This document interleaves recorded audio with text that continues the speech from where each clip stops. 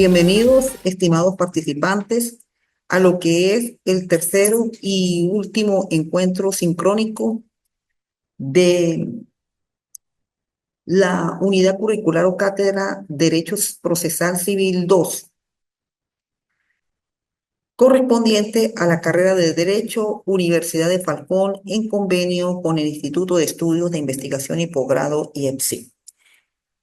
Les doy en este momento la más cordial bienvenida y entramos con la unidad número 4 correspondiente a los recursos extraordinarios, que son el mecanismo prácticamente de legalidad de revisión de la sentencia, ya que en la apelación, además de la aplicación de la norma constitucional, también se revisa todo lo relacionado con el proceso, con lo ocurrido en el juicio por el cual, cuando se redactó la sentencia, pues en qué parte se pudieron haber presentado inconvenientes.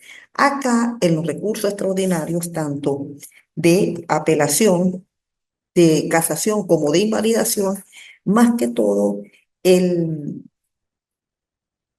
la parte lo que expone es que no se adecuó tanto el proceso como la aplicación de las normas jurídicas que fundamentan la pretensión de acuerdo con el sentido estrictamente hermenéutico y el sentido por el cual el legislador, al dictar la norma, se pretendía dar ese alcance. Eso es más que todo lo que persigue la casación.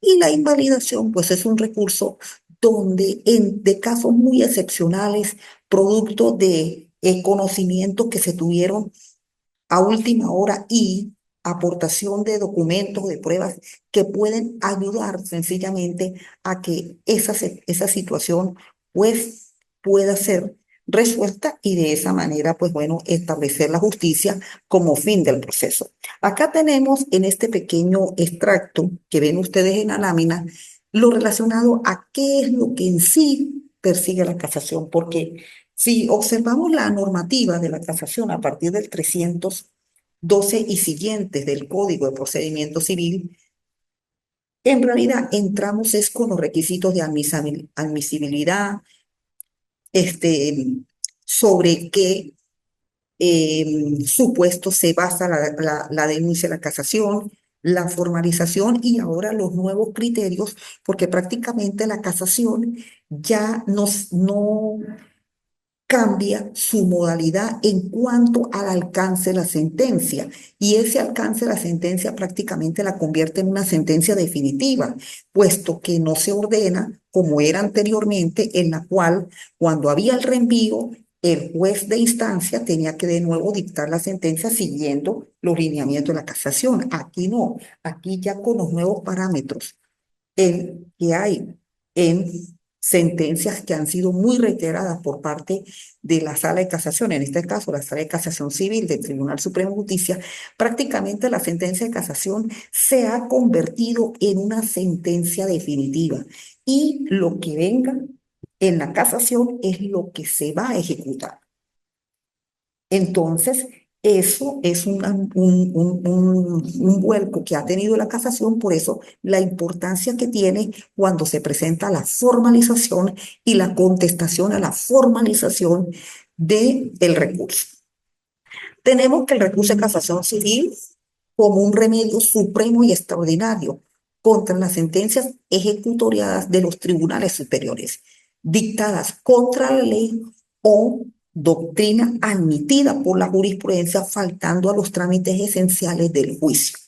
Y sujeto no es tanto principalmente el perjuicio o agravio inferido a los particulares con las sentencias ejecutorias o el remediar la vulneración del interés privado, cuanto el entender a la recta, verdadera, general y uniforme aplicación e interpretación de las leyes o doctrinas, a que no se introduzcan prácticas abusivas ni el derecho consuetudinario por el olvido del derecho escrito, declarando nulas para estos efectos las sentencias que violen aquellas y que por constituir ejecutorias no pueden revocarse por medio de apelaciones y demás recursos ordinarios. De la definición anterior se desprenden las características esencialmente recursos. primero extraordinario, predominantemente público y dirigido a mantener la recta interpretación de la ley. Es decir, desde el punto de vista del sentido hermenéutico, es lo que persigue la casación. Y eso tenemos que tenerlo como abogados muy claros y sobre todo cuando hacemos el escrito de formalización, que es precisamente donde se van a denunciar tanto los quebrantamientos ocurridos en el juicio como las incorrectas aplicaciones de normas en la cual causa es lesiones a las partes en el proceso. Entonces, eso es lo que realmente persigue la casación. La normativa, como la ahí tenemos, es de 312 al 326 y ha habido una reformulación de artículos donde prácticamente han quedado derogados estos artículos, puesto tanto la parte de la nulidad como el reenvío, puesto que ya prácticamente la casación se ha convertido en un tribunal de instancia y sus sentencias son las que se van a aplicar. Es decir, prácticamente la sentencia de casación queda definitivamente firme, no hay cambio alguno para verdaderamente poder decir que el juez de instancia va a dictar una nueva sentencia. No, lo que venga a casación, eso es lo que va a ejecutarse. Bueno, en cuanto a el 312, antes de entrar con el anuncio, indican los cuatro supuestos por los cuales se admite la casación. Asuntos civiles y mercantiles, cuando las sentencias de última instancia que pongan fin a los juicios civiles o mercantiles. Acá, en cuanto a la cuantía, tenemos que someternos a la última resolución de la cuantía, en la cual la misma se elevó a 3.000 euros calculados a la tasa del Banco Central de Venezuela a la fecha en la cual se anuncia el recurso.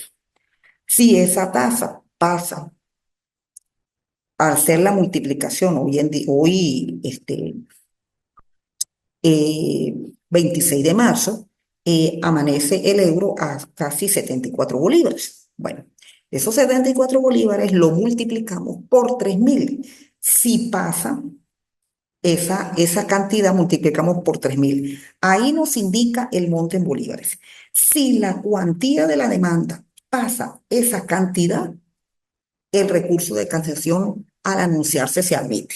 Si no pasa esa cantidad, pues prácticamente es inadmisible, puesto que está quebrantando la cuantía.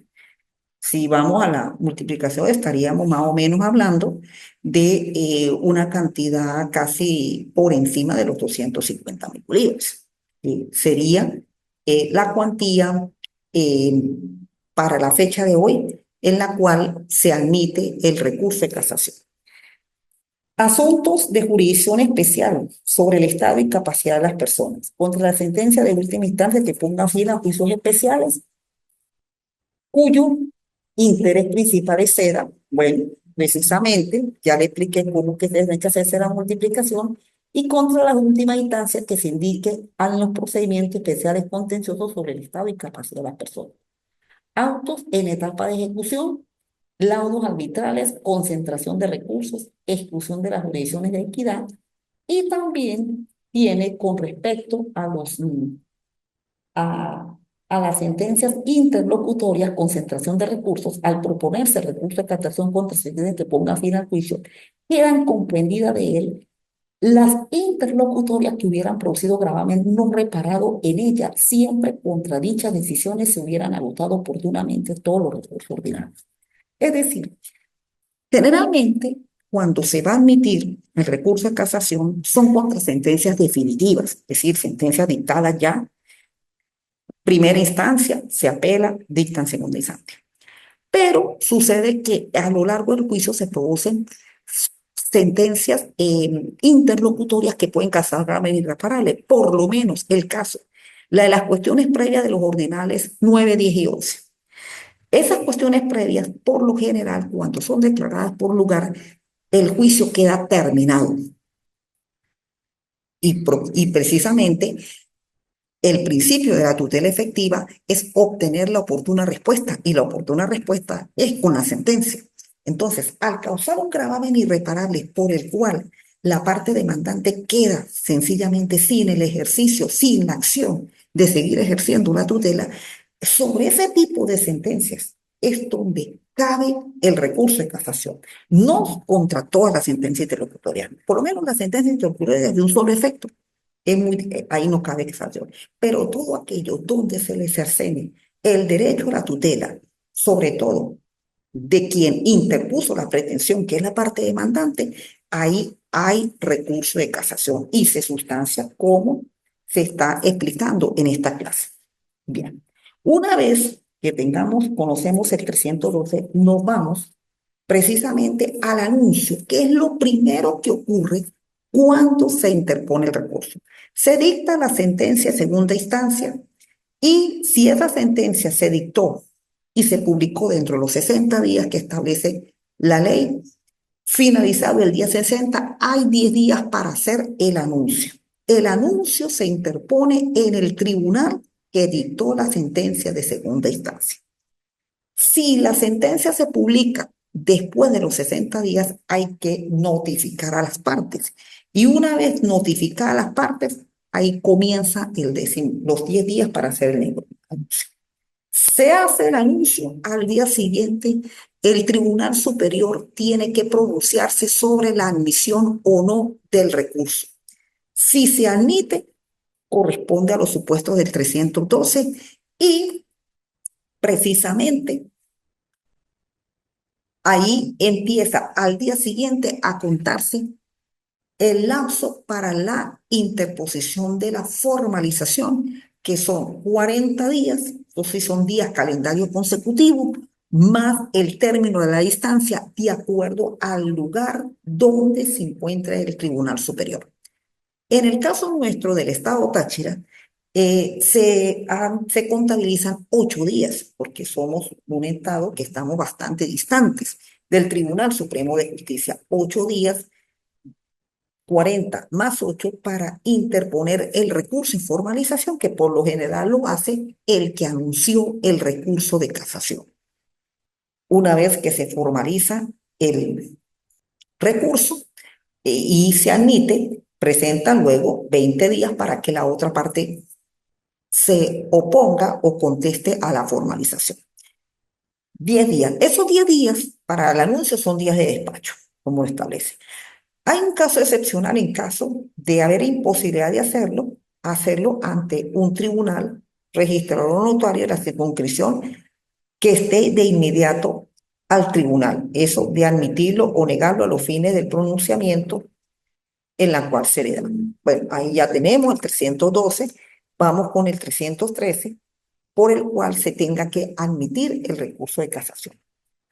A raíz de la pandemia del COVID y en vista de, bueno, de la imposibilidad que había para trasladarse a la capital de la República, sobre todo los abogados que ejercemos en la provincia, han salido decisiones por el cual ya la formalización y la contestación de la formalización se interpone en el tribunal donde se anunció el recurso, por lo menos en el caso del Estado Táchira y todos los demás tribunales de la provincia, pues se está trabajando de esa manera a los fines de poder tener el acceso más inmediato a la justicia.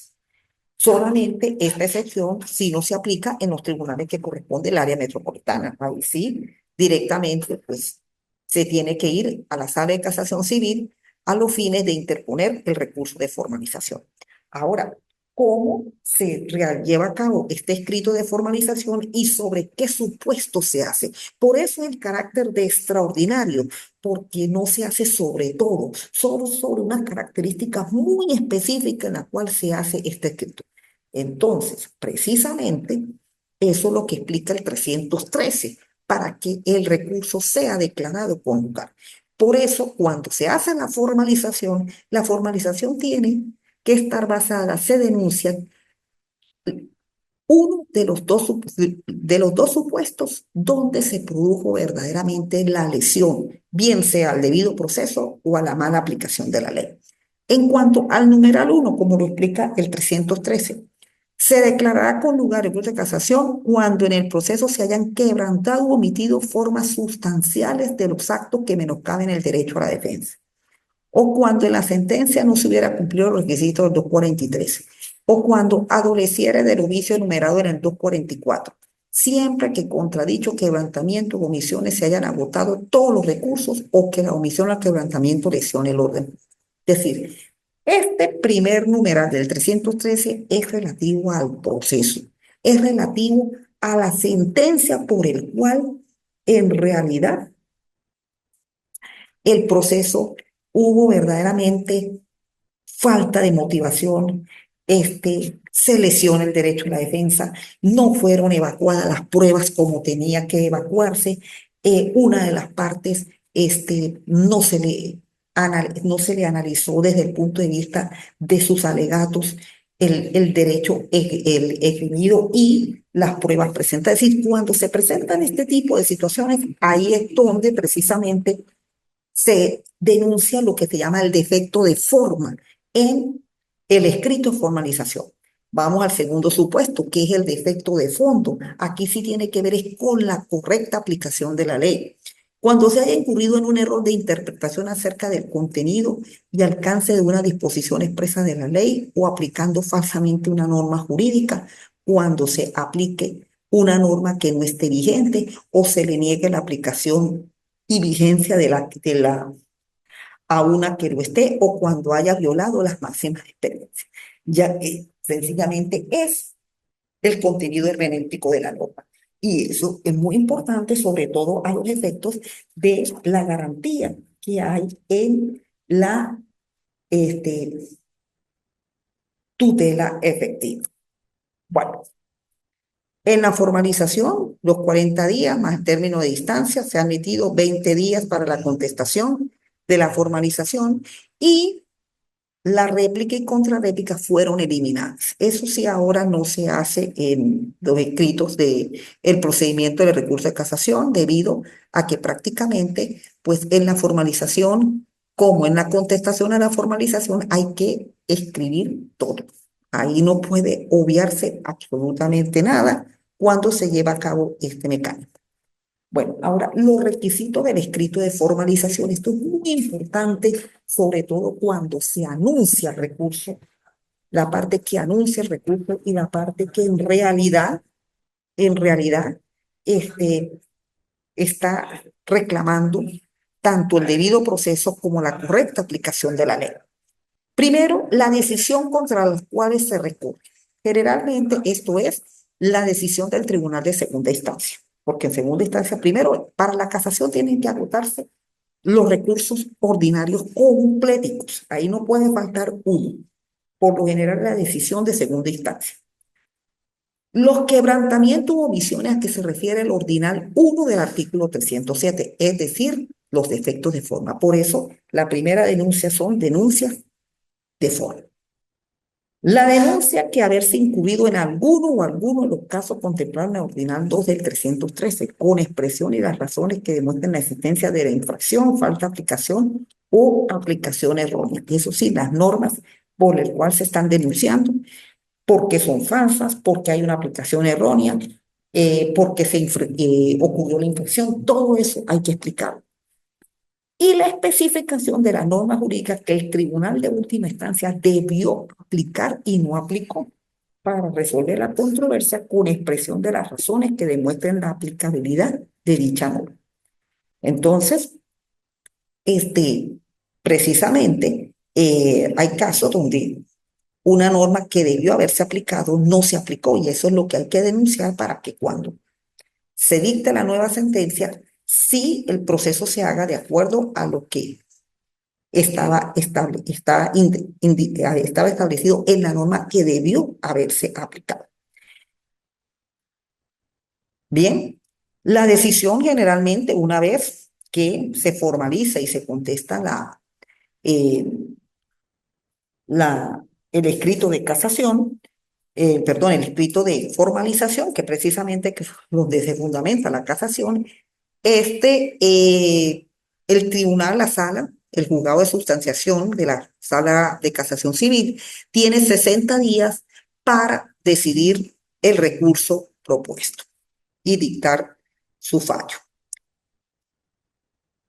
Ya como le dije, 320 fueron eliminados y también el requisito de la habilitación del abogado, el requisito del 324, en la cual se establece que este artículo también fue prácticamente derogado, en que para uno interponer el recurso de casación tenía que tener más de 5 años, como a partir de 5 años en adelante en el ejercicio de la profesión de abogado, estar inscrito por lo menos en el colegio respectivo y tener un número. Bueno, de repente, pues lo de los 5 años sí quedó totalmente eliminado de ser magistrado, de haber sido profesor universitario. Lo que sí les recomiendo, y eso sí creo que no lo han eliminado, es que uno tiene que tener un número, una matrícula para actuar en el TCJ. Lo que ya no se exige son los años de los 5 años y el requisito de ser magistrado y profesor universitario, esa cuestión, porque esos son alternativos, esos requisitos, de acuerdo con el 324, eran alternativos, o sea, era una cosa, o sea, era esto, o sea, era mayormente uno como abogado litigante, pues era el requisito de los 5 años.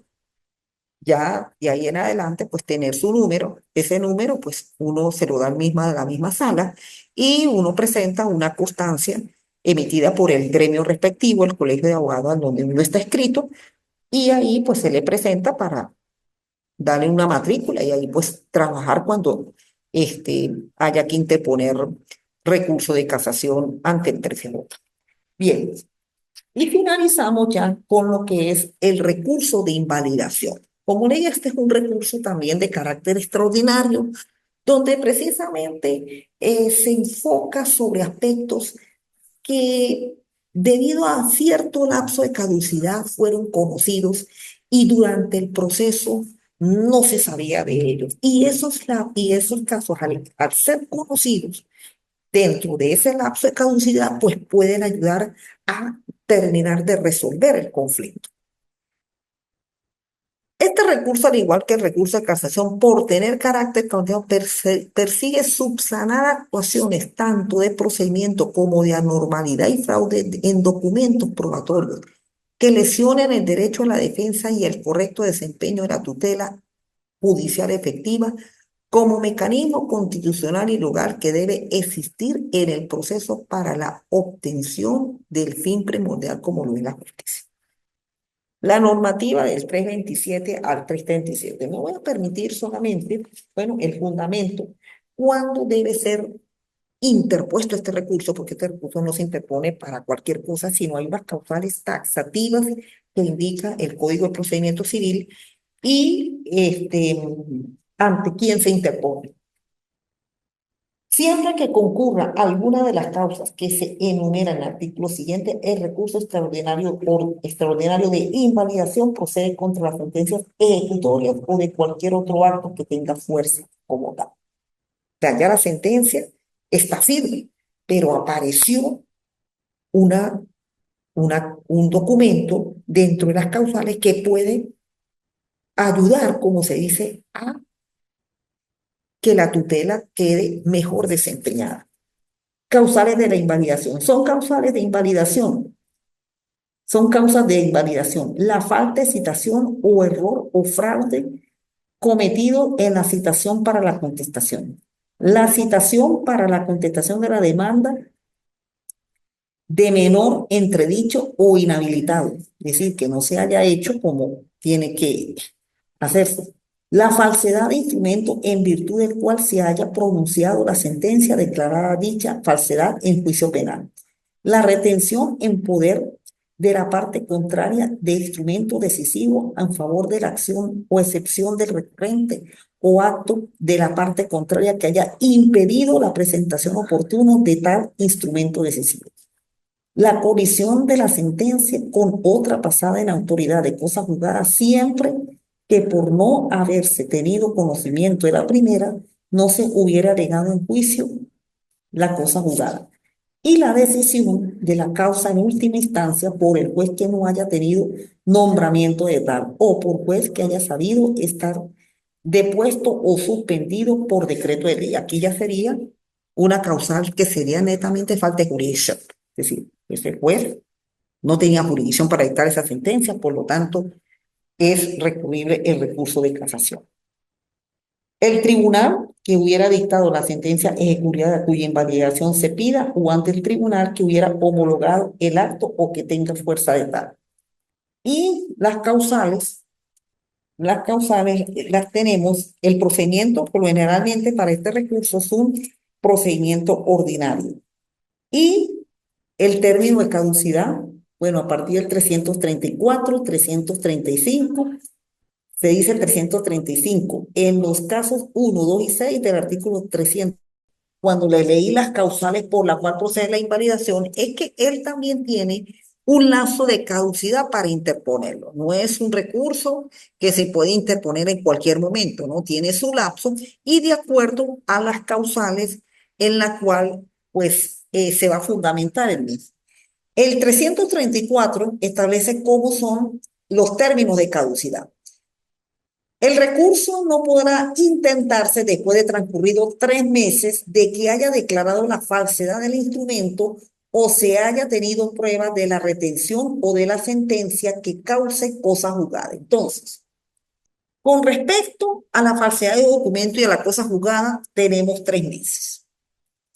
En los numerales 1, 2 y 6, también de las 328, el término intentar la invalidación será de 1 mes desde que haya tenido conocimiento de los hechos o desde que haya verificado en los bienes del recurrente cualquier acto de ejecución de sentencia dictada en juicio cuya sentencia se trate de invalidar. Y reposición del juicio invalidado, declarada la invalidación, el juicio se repone al Estado de interponer nuevamente la demanda en los casos de los numerales 1 y 2 del 328 y al Estado de sentencia en lo demás. Este recurso también tiene recurso de casación. Entonces, de acuerdo a la situación en la cual se encuentre, de los causales, de la causal 1 al causal 6 del 328, tenemos los lapsos de 3 meses, 1 mes y la reposición para un nuevo juicio o para el estado de sentencia de acuerdo al tipo de causal por el cual se interpuso este recurso. Entonces es un recurso, por eso el carácter de extraordinarios, porque ellos tienen, tanto la casación como la invalidación, términos específicos para interponer. Ellos no se hacen como este, una demanda normal que hay, unas que son prácticamente que los lapsos son imprescriptibles, otras sí tienen los 5 años, pero ellos sí son más específicos y más concretos todavía. Y sobre todo, que haya quebrantamiento de ley y de procesos. Eso es más que todo lo que persigue estos recursos, porque dentro de las causales, tanto para la casación como para la invalidación, es que se haya quebrantado el debido proceso y se haya aplicado normas que no son las que debieron haberse este, establecido o las que tenían que ser debidas para ese proceso. Bueno, mis queridos participantes, pues esto es lo relacionado con el contenido del Derecho Procesal Civil 2. Acá, pues prácticamente corresponde a todo lo que se da en el proceso venezolano, desde su inicio hasta el final, hasta cómo termina un juicio, la ejecución de la sentencia, la materialización de la pretensión, porque precisamente con la ejecución de la sentencia es que se materializa la pretensión, y de esa manera, pues, tener sencillamente esa situación en que cuando se interpone este tipo de recursos, acá sí tanto la doctrina como la propia jurisprudencia es elemento muy vinculante para la decisión de los mismos. De mi parte, pues gracias por la atención en estos tres encuentros sincrónicos y nos faltaría precisamente en las prácticas civiles ya la materialización de todo lo que se ha aprendido a lo largo tanto del derecho procesal como las normas de derecho sustantivo, en la cual pues también es muy importante y que forma parte de nuestro ejercicio profesional. Bueno, este, viene lo que es la tercera evaluación, que a partir del lunes 31 pues se comenzará a evaluar la presentación de el tercer módulo relacionado con el recurso de casación y la invalidación. Bueno, de mi parte, muchas gracias por la atención y será en otra oportunidad. Hasta luego.